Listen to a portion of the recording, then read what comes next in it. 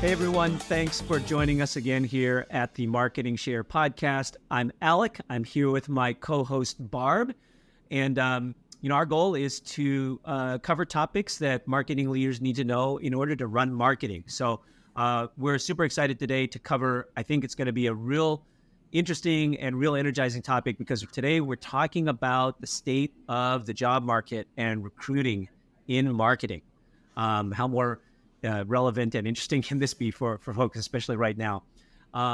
We've got a great guest lined up. The reason I really wanted to do this episode actually was because I met this guest of ours, and he is not only a recruiter, but a former marketer. So I thought it was just a perfect combination of the two to bring this perspective that's very specific to both the job search and the job hiring market, but also specifically to us as marketers. So excited about introducing Wes here in a moment. Before we jump into that, I want to do a quick shout out to Socialize Video, our sponsor. They do all of our post-production for this podcast, both audio and video. So if you are in need of any sort of digital support or video work, please go check out socialize.video. Thanks so much to our team out there. Okay, so Barb, let's introduce Wes, our terrific guest for today. I'm going to let you take that. Sure. Welcome, Wes Lieser. I love it. Wes is a skilled digital marketing recruiter with expertise in demand generation and marketing technology, which is changing daily, right? Through his years of industry experience in both sales and marketing, he has developed a tireless network of teammates that he uses to really help clients fill those key positions that are needed. And the fact that he has such great relationships in the marketplace makes him a superstar in this area. So welcome, Wes. Wes, you work for Versique, correct? That is correct. Yeah, Versique Search is one of the largest recruiting firms in the Midwest. We're based out of Minneapolis, and all of my clients are all over the country. So we're not a local firm. It's a national recruiting firm. Yeah. I love the fact that you were a marketer and now you're a recruiter, so you speak our language, so to speak. Tell us a little bit about how your career journey happened. Yeah, that's a great question. And, I think for a lot of people, they can answer what happened in your career with an answer of dumb luck. And I think that was me, to be honest. I went to college for marketing. Love for marketing. It was my first job out of college was marketing for a professional sports team. I'm a huge sports guy. And so I had thought that I had my dream job, first job out of college, that I was never going to leave, that I was going to be one of those people that was going to be in that position and working for that organization for 20, 30 years and retire there. And so when I first got there, we were actually migrating marketing automation platforms. We were moving from Eloqua to Marketo. And so we had to rebuild all of our campaigns, all of our lead scoring, all of our, sales arrangements and everything. And, 15 years ago, we didn't call sales enablement. It was, hey kid, go write some scripts, work with the sales team, create some battle cards, that kind of stuff. And so that's what I did and became, really good friends with the head of sales. He's still to this day, one of my best friends. And he said, hey, you're actually really good at this whole overcoming objection thing. Have you ever thought about selling? And I had no interest in selling, like whatsoever. And so I told him, I was like, no, yeah, I'm love marketing, really passionate about marketing. He told me, he goes, I know selling can be hard, but my worst rep probably makes twice as much money as you do. And that's kind of, that person makes, double the money so I got into sales, believe it or not. And which is where I met the CEO of the company that I work for now. He was a client of mine, said, hey, you have a unique background in sales and marketing. You should come work for me. Again, I had no interest in being a recruiter at Headhunter. I was a marketer turned salesperson, still working in professional sports. And I thought I would be there forever. And, as he finally convinced me to come over, and as dumb luck would have it, one of the first projects that I was working on, we had a company reach out to our firm. They need a marketing manager. Only non-negotiable was that person needed Marketo experience. And I happened to be the only person in the company that knew what Marketo was. So, even though I got hired as a sales recruiter, I quickly recruited on marketing positions. And, fast forward 10 years later, the rest they say is history. And, now we do, obviously it's more leadership positions now versus, marketing automation in more, junior level positions. But, myself and my team, we're focused on, high growth companies, companies that, if you look at the intersection of sales, marketing, and technology, that's really the sweet spot of what we do. Good, good. I love that story. And by the way, I'm a big believer that we're all in sales. I don't care who you are. My kids are the best sales people right now because they seem to, really work at their persuasion skills all the time. But hey, talk about today's landscape, because the landscape of recruiting is big today, both from a candidate standpoint and from the client standpoint. So give us a little bit about the landscape today, because it's pretty busy. Yeah, and I think in order to understand today, we do actually have to rewind the clock, what is it, 3.5 years now to, March 17th, which is kind of the close date of the world in Minnesota, at least. Yeah. But if you rewind back, to the beginning of COVID, really the world shut down and nobody was hiring. But heading into that time, we had our strongest year was 2019 in the history of our company. So we were definitely on the kind of the progressing towards the hockey stick of growth. And then, March hit, COVID hit, 2 weeks to slow the curve, or, whatever the terminology, everybody's having PTSD on flashbacks. But I think that the market shut down. And then one of the things that companies started to realize very quickly is nobody's traveling, right? We've cut budgets everywhere. We had to furlough some people. And next thing you know, we have all of this money that we didn't expect to have. And so marketing was one of the first places to come back. So if you remember the end of 2020 into all of 2021, it was fast and furious hiring. Any marketer that was looking for a position, even if you weren't looking for a position at the time, you were probably getting 8 to 12 messages, if not per week. I mean, maybe even per day. I mean, it was every person that I talked to was like, yeah, you're the third recruiter that reached out to me today. It was the absolute wild west of hiring up until about June to July of 2022, when the Q2 report, came out and was like, oh, hey, Q2 wasn't great. We're heading towards a recession. That was one of those things where, all right, especially in tech, they started to do a number of layoffs. And I think what happened was a lot of people panicked because we had, 2 years of, exponential growth. And I think people were kind of slow to remember how it used to have been. And so there was a lot of layoffs that happened, and layoff, I would say, continued through probably the start of, kind of Q1 of 2023.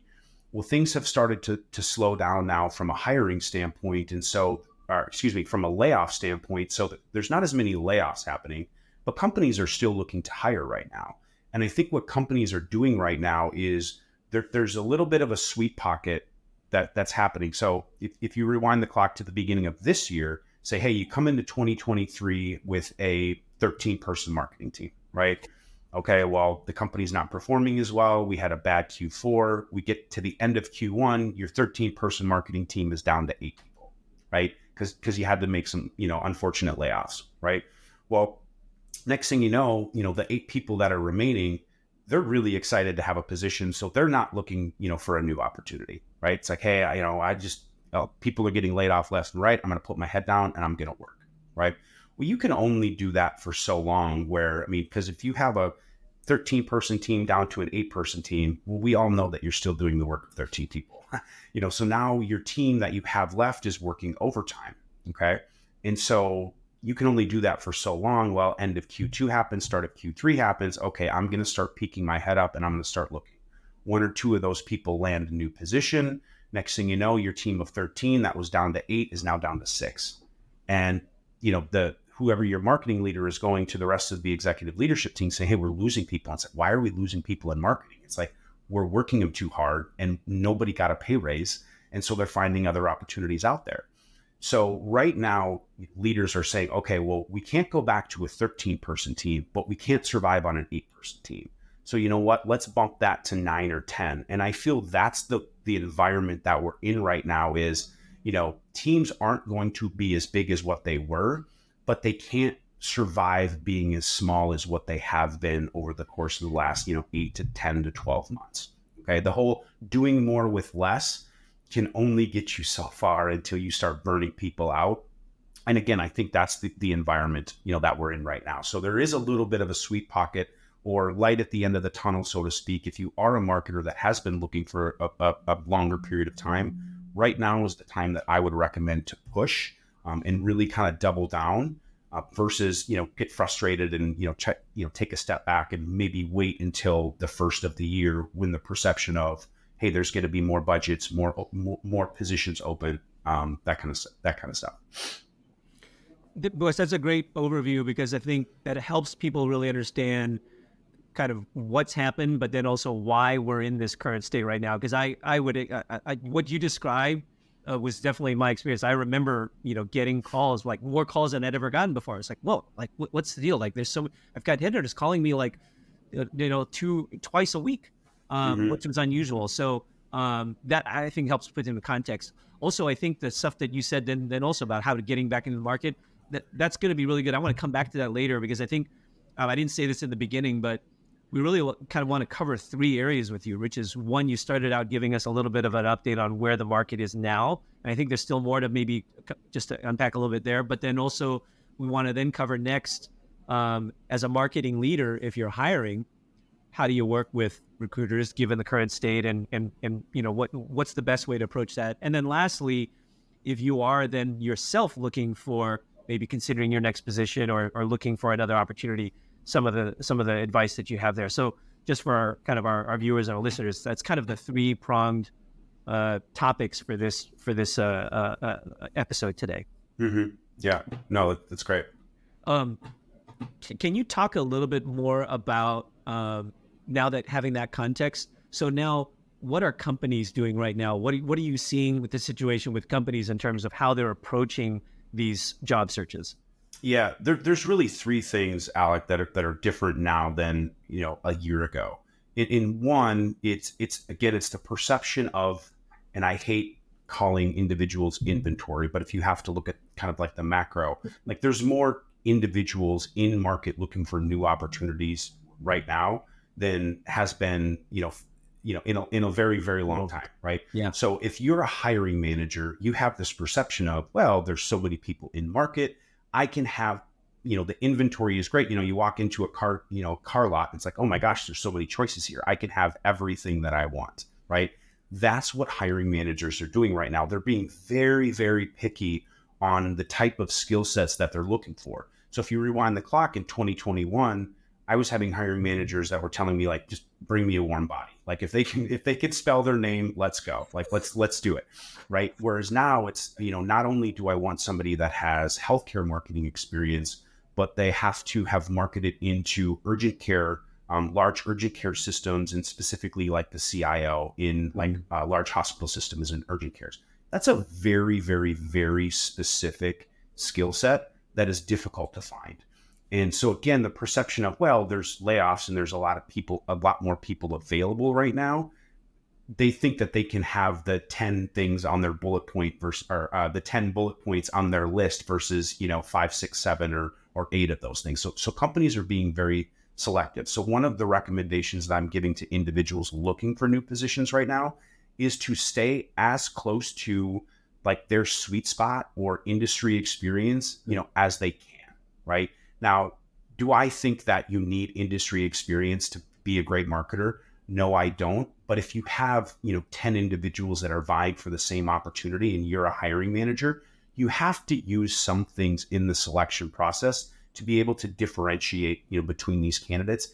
And industry experience is a very easy one in order to do that, right? So that's one. The other thing is, again, rewind the clock to 2021, where I was saying, hey, find me somebody who can write their name and I'll hire them. Companies were looking to take big swings, right? Because it was budget that was extra budget, or, hey, this is a new position, for my team. So they were going for somebody with a high ceiling. Right now, what we're finding is companies, and especially hiring managers, are looking for somebody with a high floor. They want the least risky hire right now. I'm not saying that's across all, But, one of the trends that I'm seeing is, hey, I want somebody who I know is going to be successful in this position. I don't necessarily need them to be an absolute superstar or a CMO candidate down the road, but jobs to be done today, I need somebody who can do that. Okay. And then I think the other thing that that companies are doing is really just dragging out the hiring process. And again, it's this perception of there's a lot of candidates looking for, opportunities right now. And so, well, I'm their only opportunity, or maybe they have something else, but that other opportunity has, 25 candidates that are in process as well. So the perception again is I can take my time making the decision to ensure that I make the right decision, because there's more candidates in market and there's less opportunities for each of those individuals. And it's really frustrating from a candidate standpoint, right? But at the same time too, it's the complete inverse of what was happening in 2021, which was basically, when people were buying houses with no inspection, right? Companies were hiring individuals that didn't necessarily, hey, we're not doing reference checks. They might have 3 or 4 different opportunities here, or we're skipping steps in the interview. Oh, you know what? They don't need to meet with the CEO because we got to make a move. We got to make a decision on this person quickly. Otherwise, we're going to lose them to another opportunity. Yeah. Dang. I came from the mortgage industry. I remember that time. So that's a great analogy for me. I never thought of it. That works so well. I keep going to the dating analogy, right? Like, so you want everything on your list, right? You got this checklist and you're trying to get everything on the list. But sometimes you might miss that great quality or candidate because you're too worried about getting everything on the checklist, right? Yeah. And I think too, something can be said for individuals wanting the position, right? And that's something that I think is really kind of, we want something that doesn't necessarily want us, or there's a perception of, ooh, that's going to be really hard to get, but that's what I want. And I think that's how a lot of hiring managers look at things, where it's like, hey, we know something is going to be a stretch, but it hits 10 out of our 10 bullet points. Maybe it's a little bit, outside of our budget, but it's perfect.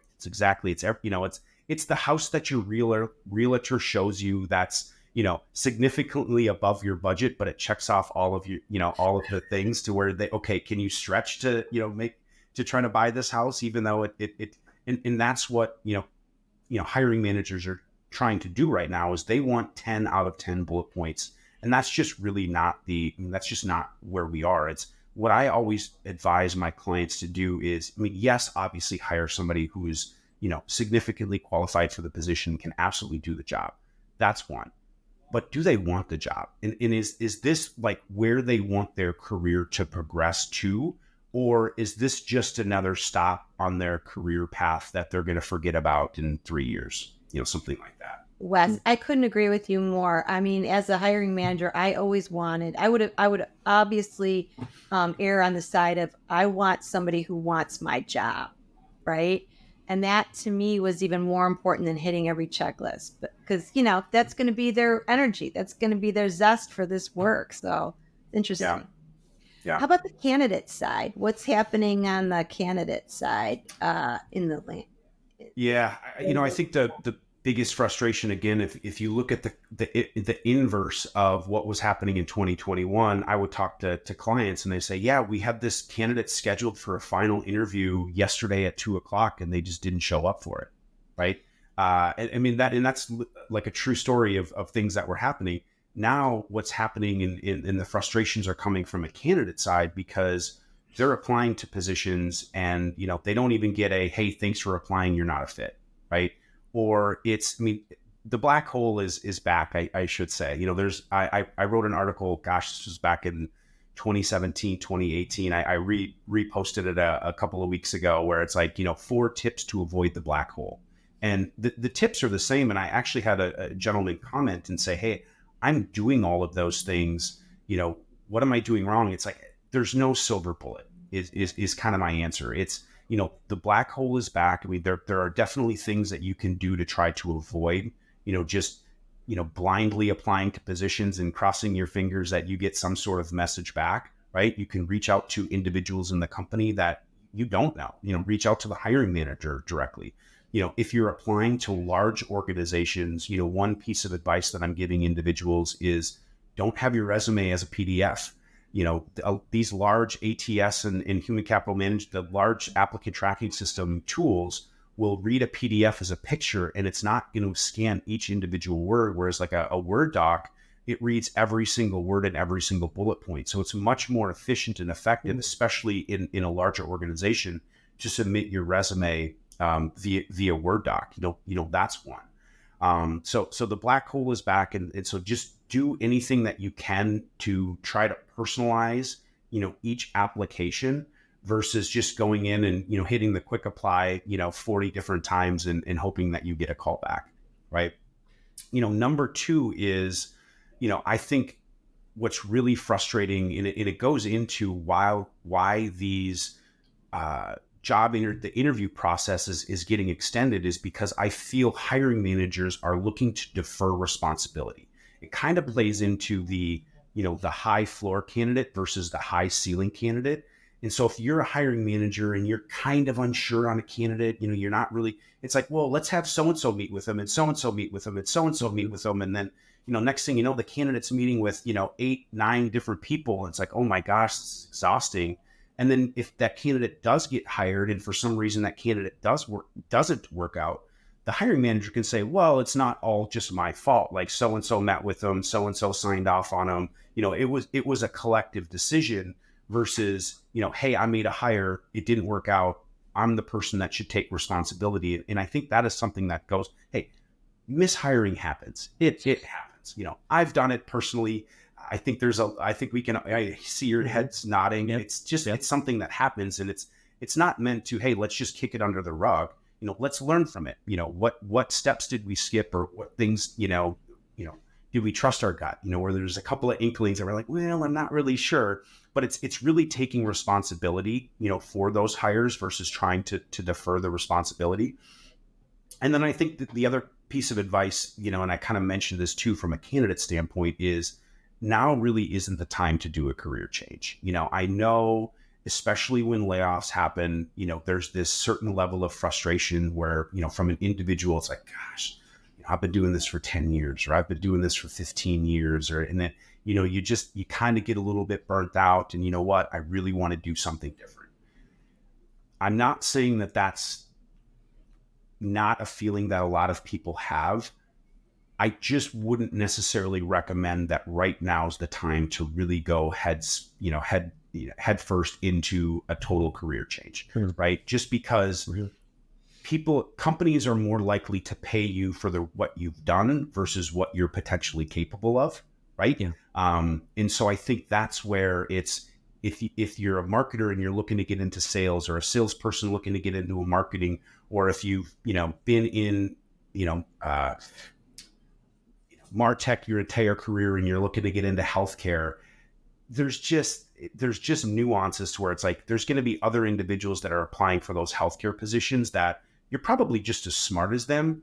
But if somebody has 10 years of healthcare tech experience, you're not going to compare it to them as a candidate, right? So I think it's just, again, try to stay as close to what your sweet spot has been over the course of your career. Those are really good, both recommendations, both in terms of kind of big themes, but also just some of the really practical stuff that you said, like the thing you said about submit your resume as a Word doc. I didn't know that. I mean, just something as simple as that, like, look, this is how these systems work. So that's great insight. One question for you, what's your take on the cover letter, right? Do you use it? Don't bother with it? So the average resume gets looked at for 7 seconds. Okay. So I'm a big advocate of, at the top of your resume, have a 2 to 3 sentence little short, kind of like a mini cover letter paragraph that says, this is who I am and this is what, what I'm looking for. I love that because it's a personalized, I love hearing or reading somebody's thoughts. Okay. So I love that portion of it. The cover letter aspect, I use that as more of a, call it mid funnel versus a top of funnel. If I want to get somebody's attention, in my opinion, I would do that with a resume. Okay. Then if I see the cover letter, I can use the cover letter as, okay, maybe I've already reached out to somebody and I want to schedule an interview. Okay, here's a cover letter. Or you know what? I apply for the position, okay, and I submit my resume when I'm applying for the job online. But then if I reach out and send a personalized note to the hiring manager or one of the recruiters, like I'll include, hey, I submitted my resume over here. Here's my cover letter, or here's my executive profile, or here's an outline of my experience, and something like that, that just adds a little more personal flair.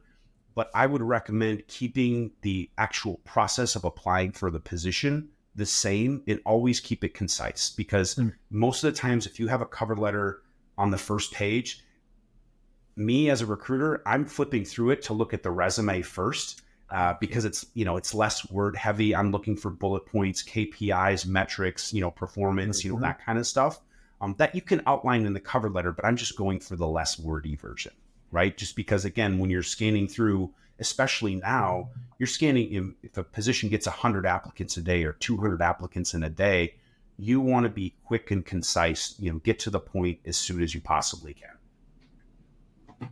Okay. Oh, another great tip. Fantastic, Wes. Okay. And I do want to clarify, sorry, just to say that I don't want to say that I'm anti cover letter, because I'm not. I think it's the time and the place for it.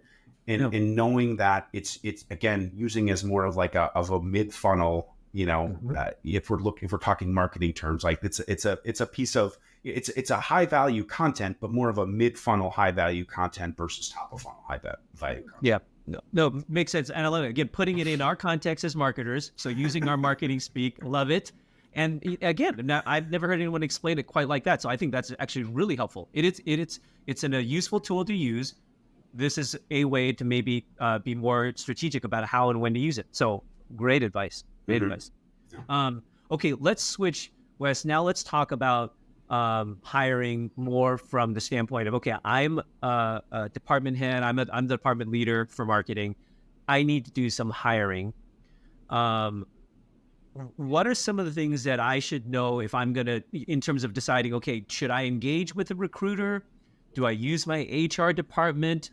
Sometimes I think I know when I was first leading my team for the first time, I just relied on the HR department. Okay, hey, whatever you guys say, this is what I need, and then let them run with it. But I think now I'm a little bit savvier. I'm like, no, I want to be part of the process, or at least understand it. So what is your advice to marketing heads when it comes to hiring and how to use the right resources?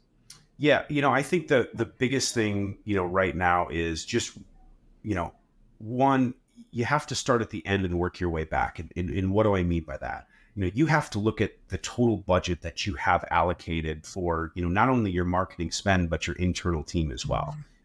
And the whole doing more with less has really required marketing leaders to reevaluate their current team. Okay. And really the current skill set that exists in the marketplace. I mean, we've had to get more creative with, what we outsource versus what we bring in house, or, what we use from a contract piece, or, hey, I just, need somebody to put together, or just write content for me, or, do this project or stuff like that. And so I think one of the things that, working with an external recruiter, so the number one thing that my clients are coming to me right now for is they don't have the time and or the resources. Could they put a posting out for a head of marketing, head of demand generation, product marketing manager, something like that? Absolutely. They would get 200 applicants right away. Hey, Wes, I don't have the time to go through 200 applicants, set up calls with 35 individuals and, try to figure out of those 35, which 2 or 3 are the best. I simply do not have that time. And, oh, by the way, I need to have this position hired, butt in seat inside of 6 weeks. Okay. That's when they come to, myself and my team to say, hey, we have a need. We know, the marketplace. We know, how much, these individuals cost, and just send us 3 people and make it really hard on us as to which person that we want to hire. It's really streamlining the process. And that's the number one thing that our clients are coming to us for. Number 2, and it's kind of caters into number 1, is, hey, you know what? I had to let go of I had a 6-person team earlier this year. I had to let go of 3 people. And now I'm actually at the point to where I can hire 1 person back. Can you just sit down with me and do an audit of the skill set that I currently have on the team, the budget that I have, for this new position? And how do I maybe combine 2 or 3 job descriptions, into one individual to try to, bring on the best person that's right for my team? And that's a different answer for every single organization, because what you can spend is going to be different. What industry you're in is going to be different. How the rest of your team is constructed is going to be different. What's your go-to-market? That's going to be, obviously different. And so that's a really big thing right now, to where it's like, hey, if I do indeed actually have to do more with less, let me bring an outside person in that understands, the market, and understands the candidate base and the skill sets, and what skill sets are typically are getting combined, in an individual, like, or because it's like, hey, if I want, PPC and, marketing automation, is that a unicorn? Yeah, it probably is. So don't combine those two, right? It's stuff like that. So really just kind of having that other voice in the room that's going to help somebody make an educated decision. And it's no different. The analogy that I use, and you talked about being in the mortgage industry, Alec, is like if you're building a house, okay? If you're building a house and you hire a general contractor to help give you advice, you know what? You might be really good at doing the framing of your house. Okay. You can, build up the walls, frame everything up, but you know nothing about electrical and plumbing. Well, find somebody from the outside that understands if you're going to put a bunch of bids out to these other electricians, that those bids are going to be accurate, or they're going to be able to tell, yeah, you know what, that electrician, they gave the bid that was just way too high. So just bring in an external resource that understands what the market is, so they could just give you advice. I love that. What's the optimal working relationship then? So I like, because you gave 2 good examples of both practical reason to use a recruiter, but also strategic. So I like both of those. Let's say we're working with a recruiter now. So what do you look for? What's a good way for me as a department head to then get a good recruiter relationship going? Yeah. Number 1 is have the buy-in from your internal team. Earlier in my career, and even so now, I mean, companies, internal talent acquisition teams, or sometimes HR teams, they're going to look at an external recruiter as competition. Well, they had to bring somebody else in because I couldn't get the job done. And now they think that their job's on the line, and so on and so forth. When it's like, actually, no, like, I am a value add in this case. Like, I'm trying to actually make your job easier, because if you look at the, 15 positions that an internal recruiter needs to work on, the one that I'm helping you with is probably one of the, it's probably number 12 to 15 on their list. It's at the bottom of their list. It's a really hard search, and that they really don't know much about anyways. So what they can do is they can actually spend more time on the searches that are, closer to the top of their list, that they have a higher expertise in helping fill. Okay. And so really it's getting, if you're a marketing leader right now and you're talking to your HR team, they're like, we really don't want to go outside. We really, don't want to do this. And I get it. Budget is one, aspect of the current market. I understand that. Right. But knowing what the opportunity cost is if we don't go outside and it takes us 2 to 3 months to try to fill this position, or, hey, you know what, we do hire somebody who applied to the position, but we don't have control over, if you put a posting out there, you have no control over who applies to that position. So there's a difference between getting the best person that applies and the best person that's in market. And don't get me wrong, there's great people that apply to jobs all the time. But I think it's your responsibility as a leader to make sure that you're getting the best person in market, whether or not they just happen to stumble across that job posting, that day, that week, or not. And so again, it's kind of going in circles here, but make sure that you get the buy-in from your internal HR and recruiting team. I mean, that's number 1, because they're going to have a lot of input and insight into, how, again, they're going to be able to make your job easier. The other thing is, I'm biased just because the positions that I place now are more marketing leaders. So there's a contingent model, there's a financially committed model, retainer and stuff like that. regardless of what your opinions are as a hiring leader on contingent versus retained, my biggest piece of advice would be to work with one firm. Just work with one firm and look that firm in the eye and say, hey, we need your help. Because what's going to happen is they're going to be then, committed to filling that position versus if you say, well, you know what, we're just putting this out to contingent to 3 or 4 other firms and we're just going to see what comes in. Well, what's going to happen? And again, I don't do this now, but what I did earlier in my career is, I'd spend 2 days. I'd, bubble up, 2 or 3 names. I would send over those 2 or 3 names. And if one of those people got hired, awesome, that'd be great. But I didn't spend any more work. I didn't spend any more time. So what happens as a hiring manager is it's fast and furious. You get, 10 resumes the first week. And then after those, interviews are done, those applicants and those resumes that you get from your recruiting partner start to trickle. And it's like, okay, where are the other candidates? Where are the other candidates? Where are the other candidates? It's like, well, you have 3 other firms working on this. Like, I'm prioritizing the stuff that I feel like I have the highest likelihood to fill. And that's not a role that has 3 other recruiters working on it, So it's just, and most recruiting firms aren't going to tell you that. But that's the environment that happens for sure. I'm glad you talk about that because that is real talk. Okay, let's face it, right? One's a hired gun.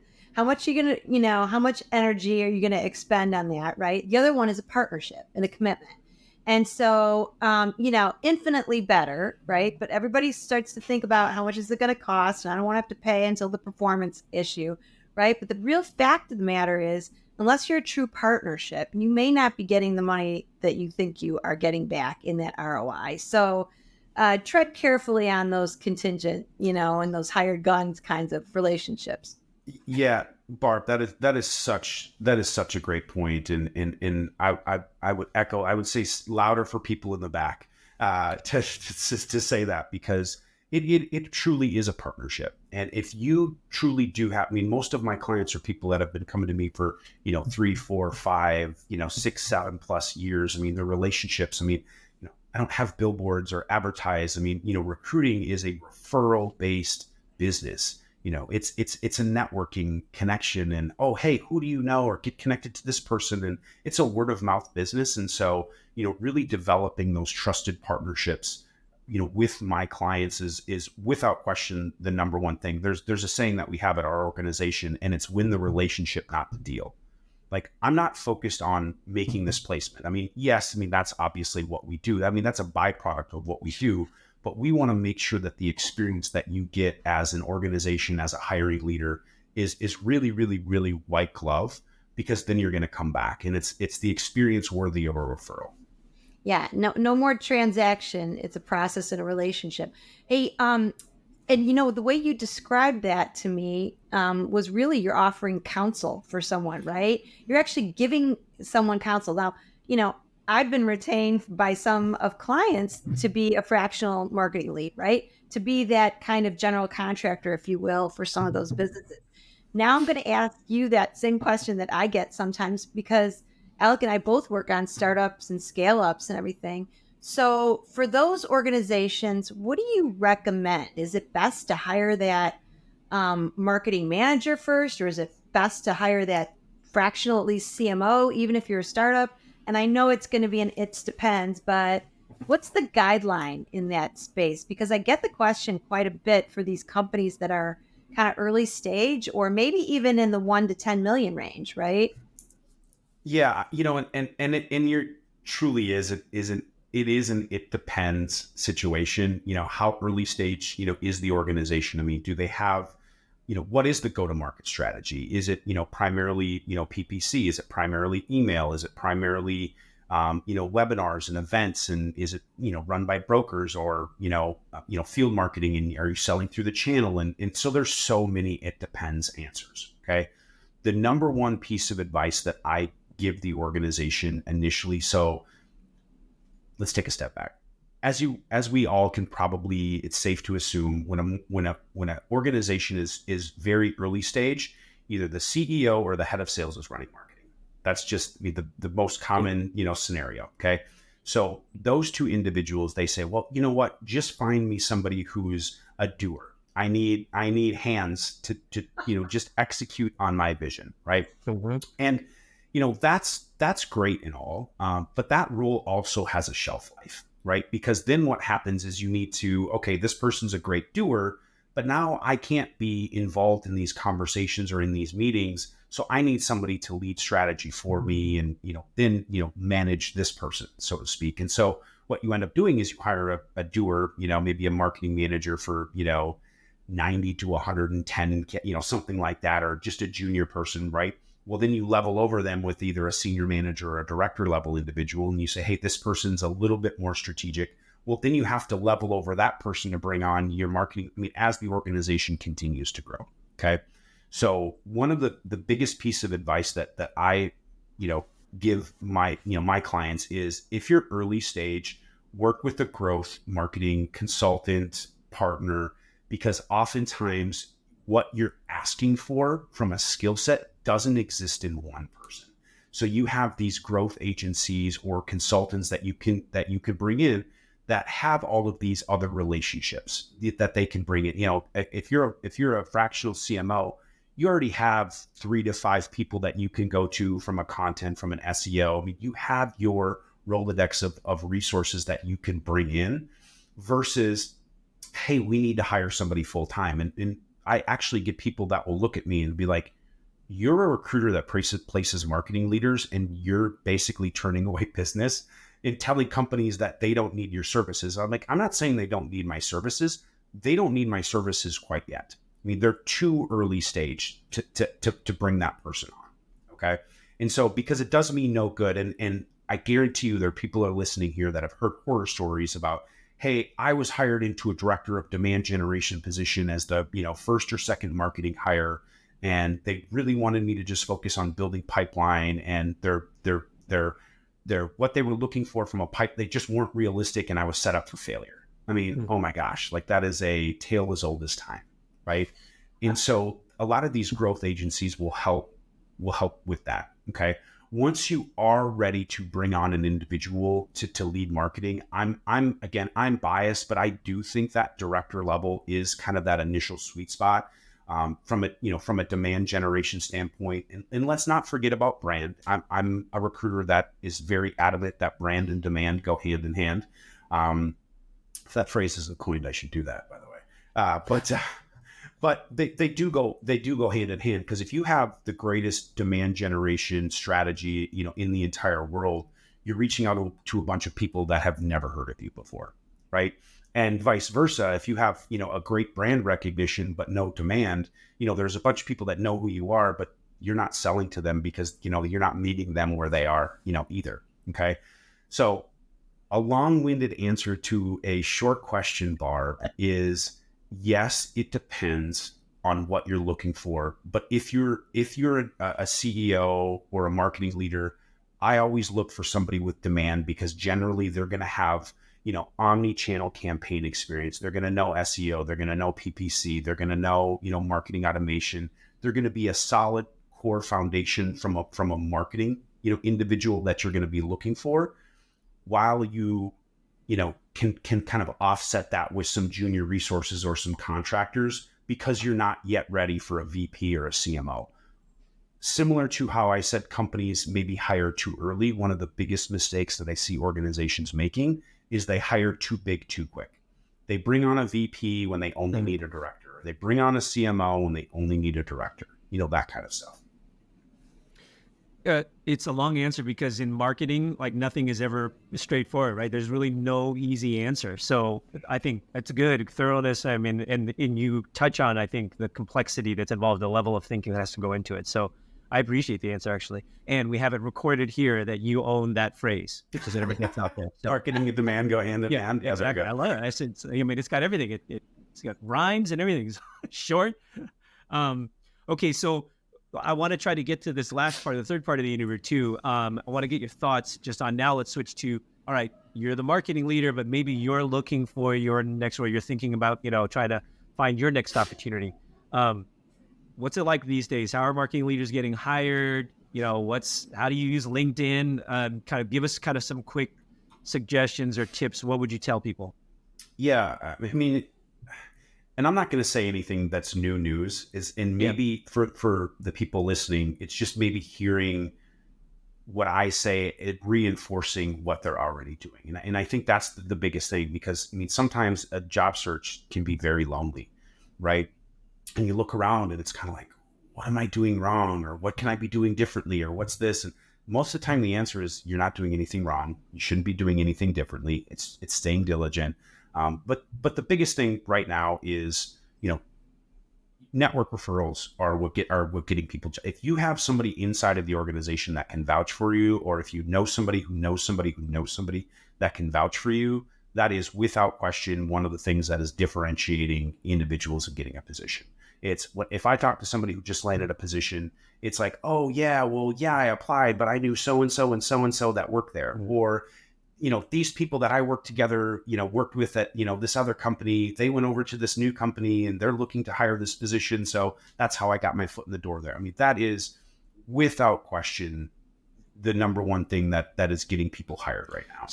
So your example there, though, even if it's like 2 or 3 steps, removed, just keep drilling down, go find it. Right? Oh, absolutely. Yeah. I mean, because here's the thing too, I've never come across a single company ever in 10 years of doing this that doesn't have some sort of like employee incentive to where if you refer somebody in that gets this position, you get $1,000 or whatever, you get some sort of bonus. And so like, yeah, if you're an individual and, you can vouch for somebody that you worked with at a company, 2 or 3 years ago or 5 years ago, 2 different jobs ago, but you think you're going to get an extra, $1,000, $2,500 if this person gets the job. Heck yeah, I'm going to reach out to the hiring manager and, hey, you know what? I'm not sure if this person is the perfect fit, but I tell you what, I worked with him, 3 jobs ago at this company and I really loved working with them. Okay. I mean, that's when you have 300 applicants, a message like that from somebody internally is game changing. Okay. So make sure that you're staying, I know that, people can have, 1,000 connections on LinkedIn or 5,000 connections on LinkedIn, and they might actually know 20 people, right? But, leverage the people who know the people who know the people. I mean, it's the, what is it, 6 degrees of Kevin Bacon or separation of Kevin Bacon or something like that. Play that game. I mean, honestly, I think there are too many times, I'll hear from candidates and they'll say, well, I've been applying for jobs for the last 2 months and I haven't gotten one call back. It's like, okay, well, how many people have you reached out to? What do you mean? It's like, well, I mean, the phone rings both ways, right? Like, I mean, if you're applying to a position, I mean, so are a lot of other people. What are the things that you are doing in addition to just applying to the job? Because like realistically, applying to the job is table stakes. I mean, that's what everybody's doing. So what are you doing different that is going to differentiate you from the other 423 candidates that applied for that position in the last 3 days? Yeah. So mostly, LinkedIn is usually the big channel. I hear what you're saying. Referrals number one for sure. Is there anything you should be doing on LinkedIn, like just highlights that people need to know that's a good way to position there? So because LinkedIn is a social media channel and marketers are marketers, we have more of a responsibility as marketers to have a stronger presence on LinkedIn.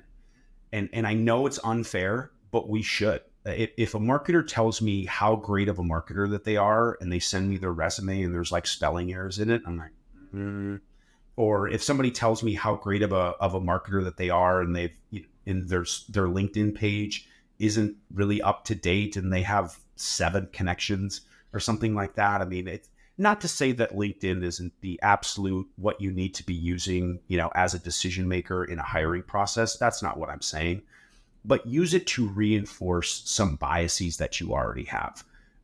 There are so many opinions out there right now. Companies are looking for thought leaders versus thought followers. Okay. And somebody that has the ability to have an opinion. And hey, you know what? It is a little bit scary to put myself out there as far as like what I actually think, or, you know what, I'm going to challenge the status quo and I'm going to go out of my way to do that.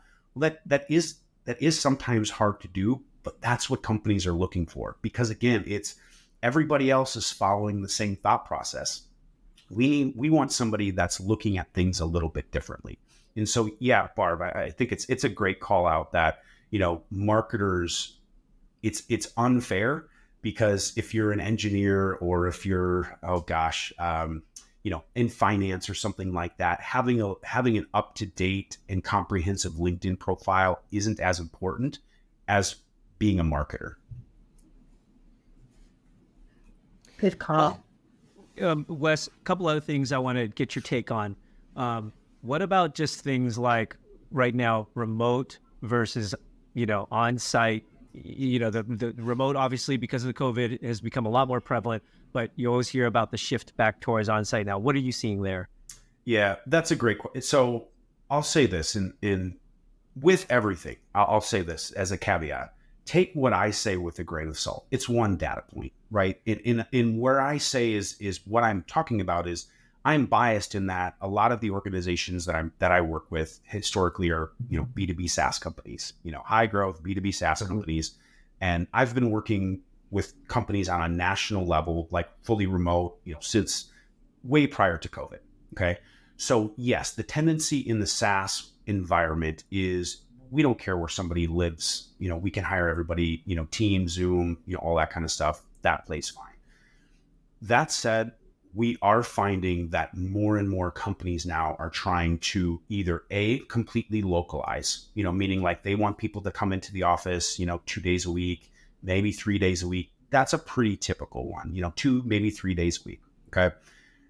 But if they can't localize their employee base, they want to regionalize it. And what do I mean by regionalizing? If the company is headquartered in Boston in the Northeast, they want somebody from like New York, or Philly, or Vermont, just kind of in the Northeast corridor to where, okay, we're not paying for cross-country flights and disrupting different time zones and stuff like that.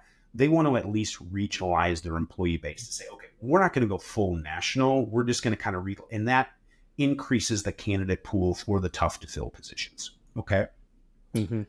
That said, what's happening from a candidate standpoint is, and this is a statistic that came out, so please somebody fact check this. I'm calling it out, but it was like 2 or 3 months ago, LinkedIn came out with a statistic that said of all of the positions that are posted on LinkedIn right now, 35% of those positions are fully remote. Okay. Now, this isn't specific to marketing. This is across. So again, take it with a grain of salt, right? Well, of the people applying for jobs, 78% of all of the individuals applying for positions were applying for those 35% of the fully remote jobs. Oh man. So it's literally a tug of war that's going on right now, because these companies are saying, hey, we want you to come back in the office. And the individuals are like, yeah, I'm not coming back in the office. Or I'm not applying for those. People would rather not have a position for an additional month or two because they don't want to go in and they don't want to have to make that commute every single day. So I am finding that more and more companies are trying to bring people in the office versus go fully remote. But the candidates are less likely to be interested in those positions. Yeah. Well, and if you're going after remote jobs, also that helps explain the other thing that you talked about earlier, which is why, like when you try to go apply for it, it's like, 1,000 people have already applied for this job in the last 5 days, because high concentration on those remote type jobs. So the same fully remote position that you're looking for, correct, Alec. 1,000 other people are looking for that same fully remote position. Right. The other one I want to get your take on, what about ageism? How do you advise people on that? What do you advise your candidates, I guess? Yeah. The thing with ageism, and, it's a frustrating just environment. Culturally, right? Like we are at a point, in our culture to where it's, hey, we love you when you're climbing the ladder, but then when you get to the top of the ladder, it's you're either too expensive or too much, or you're not going to be trainable enough, or there's biases that exist in there. Well, one of the things, and I've talked to a number of individuals that have not put a picture on their LinkedIn profile because they're worried about being discriminated against, because of ageism. And, my response to that is, if you feel that you have to hide who you are to try to work for a company, that's not a company that you want to work for anyways. Like, that's just So that's one, like, be your most authentic self. Okay. The other thing that I do think that there is getting to be a shift in is, so again, go back to kind of COVID 2021. There were a lot of individuals that were, call it a senior manager, right? That they're like, well, I'm only going to leave this job for a director level position. They move into a director level position. They don't have the leadership ability, the management responsibilities. They can't manage up. They've never talked to a board before. And those individuals fell completely flat on their face. Okay. So my advice to, individuals is proactively talk to that about, like, hey, this is the phase and the stage where I'm at in my career. And yes, the skill set, the roles and responsibilities of the position need to be done. I can absolutely do that. In addition to that, I have experience, managing up, talking to boards, budgeting, doing all that. There are so many other aspects, leadership, management, those sort of things that you bring to the table that somebody with, 10 years of experience or 8 years of experience, they just don't have that. Now, could they get there eventually? Yes, sure. But, versus, kind of having it be the elephant in the room of, oh, wow, this candidate is 10 years older than any other candidate that we're talking to, like, it's kind of the outlier. I'm the guy that says, use those outliers. If you feel that you're an outlier, use that to your strength, right? Like, you proactively call out all of the extra benefits that you bring to the table, and even say, hey, you know what? I'm sure you're talking to, other individuals who, probably are 10 years my junior. And you're going to think that they're hungry, that in the digital marketing and demand generation environment, that they're more up to date with all of the latest trends and all of that kind of stuff. Because call out those biases, right? And say, hey, you know what? That's great. But let me tell you, I know this, I know this, I know this, I know this. And oh, by the way, I have all of these management and leadership responsibilities that a lot of these other individuals aren't going to have as well. So biggest thing for me is you call it the elephant in the room. I would just call the elephant in the room right back, and just proactively address it. Wes, I absolutely love your energy. I absolutely love what you have said to us today. This is like so gold. I love it all. I just want to do a quick shout out to our friends at Socialize. Also, thank you again for connecting with us. What a great day and what a great topic. I'm going to actually contact you separately because I want to get your take on some startup businesses I'm working on. So love it. And then Wes, if people want to get in touch with you or Versique, how can they do that? I'm all over LinkedIn. You can find me. My name on LinkedIn is Demand Gen Recruiter, but you could just go to LinkedIn, type in Wes Lieser. I'm not much of a X or any other social media person other than LinkedIn. I kind of keep business, or, I'm not an Instagram person or that kind of stuff, but connect with me on LinkedIn. I always do videos and job search tips, and I have an entire catalog of, how to optimize your resume and job search tips and difficult questions to ask. And it's really about helping inform people on how to better position themselves for a job, because we go to college to get a job, but nobody ever teaches you how to progress in your career. Yeah. Right. And I think that's one of the things that I've really kind of focused my efforts on is really informing the general public or the individual, something that we don't do every day and something that is very taboo and scary, which is, searching for a new position. Yeah, no, certainly. And you put on some great webinars too. I've been to one of them. So thank you so much for joining us, Wes. Thanks for the insights and the recommendations. Great to have you on here.